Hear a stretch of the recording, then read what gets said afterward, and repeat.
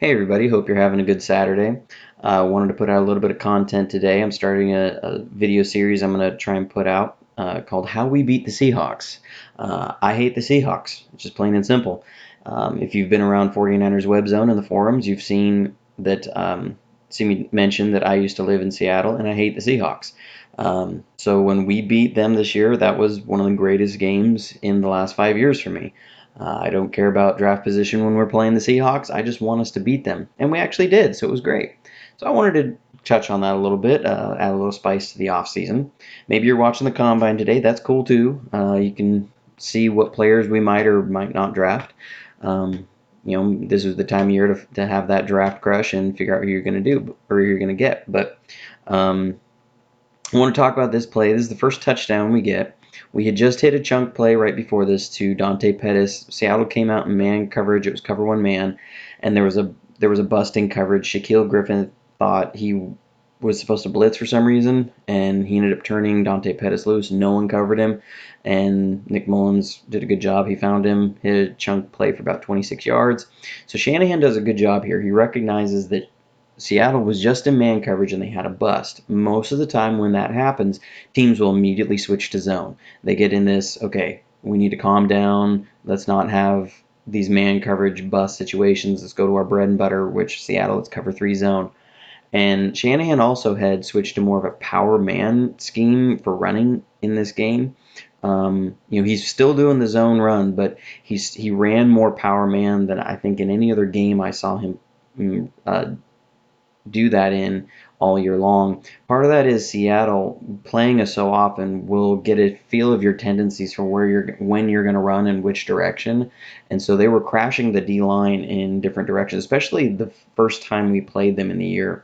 I watched that game and they were crashing their D line hard in different directions. And so this is a way Shanahan then comes back with a counter to that in his next game plan. Is that when a team is crashing their D line, sometimes that can really set up the power man scheme. So we're going to come out 22 personnel. We have Juszczyk here, Breda here.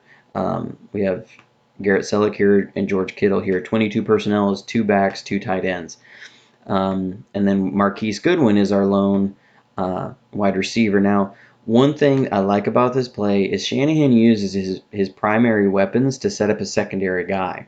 So you have George Kittle here, who's having a great year. He's going to use him to hold a safety. And then he has Marquise Goodwin, which he has elite speed. And what I see on film is that a lot of players around the league are very much respecting Marquise Goodwin's speed. When you have a guy like this on your team, you have to respect that speed because that speed could kill you at any point in the game. And that he's going to use that to hold the corner on the outside, Shaquille Griffin, and then Matt Breda. We've all seen him be a game-breaking player when he can stay healthy. He's going to use him to hold up a linebacker. And all of that's going to do is going to open up Garrett Selleck. So let's talk about this a little bit. What we're going to do is we're going to bring Marquise Goodwin across the formation. If you remember from one of my first videos, I showed how when we ran a power blocking scheme against Detroit, Shanahan did this to stem this D end outside to give Laken Tomlinson a good angle to pull. Now remember, teams are going to see this. They're going to see those things, and so he's presenting something that looks very similar in a way that he does something else. So in this, he's going to sell a run with Breda coming this way, and he's going to pull Laken Tomlinson over, and he's just going to actually pass block on that side. All that's meant to do is to sell a look that these guys are going to be ready for. And so what this is going to do is when this play action goes, this linebacker is going to attack really hard because he's seen this play on film. And what this is also going to do is when Goodwin comes across, that's going to pull Shaquille Griffin out here, and he's going to watch Marquise Goodwin because he's going to be worried about a wheel route out here. He's not going to look to anything inside. His job is going to be protect against Marquise Goodwin on a wheel route. And what we're going to do after that is Garrett Selleck's he's going to flare out a little bit and run down the seam, and on the other side he's going to run George Kittle down the seam. The idea here is to hold this safety in the middle of the field. You do not want him shading towards Garrett Selleck, so we have George Kittle over here, and he's going to use him as a weapon, as a way to hold that. And then we're just going to bring Juszczyk out into the flat. So let's go to the video and see how this plays out. See Marquise Goodwin coming across. Here's the hard play action fake. Mullins does a really good job here of staying low. When quarterbacks do that, they got to stay low and hide the ball. Really sell this run fake, because you can see here this linebacker is attacking, this linebacker is attacking. They're attacking hard. And notice how Shaquille Griffin here now, his eyes are on Marquise Goodwin. He sees he didn't put the ball in the running back's hand. He pulled it, but he's watching Marquise Goodwin. He says, I'm not going to let this guy go out. And he doesn't do anything with this tight end that's running down the field. So when Nick Mullins turns, these linebackers have completely vacated their position because of this hard run action look.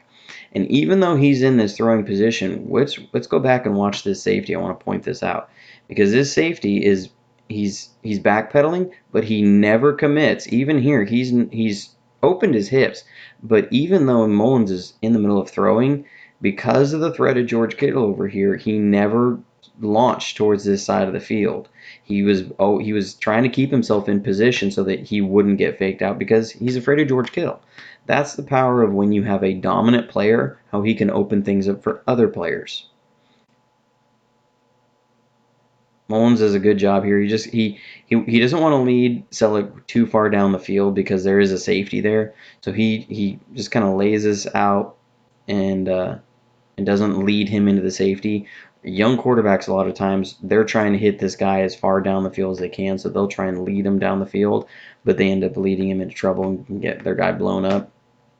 But you can see here how this run fake brings up those linebackers, and you get a big, tall tight end just moving down the field. Now, the touchdown happens because the safety falls down, but he was schemed wide open. I mean, when he's catching the ball, he's wide open.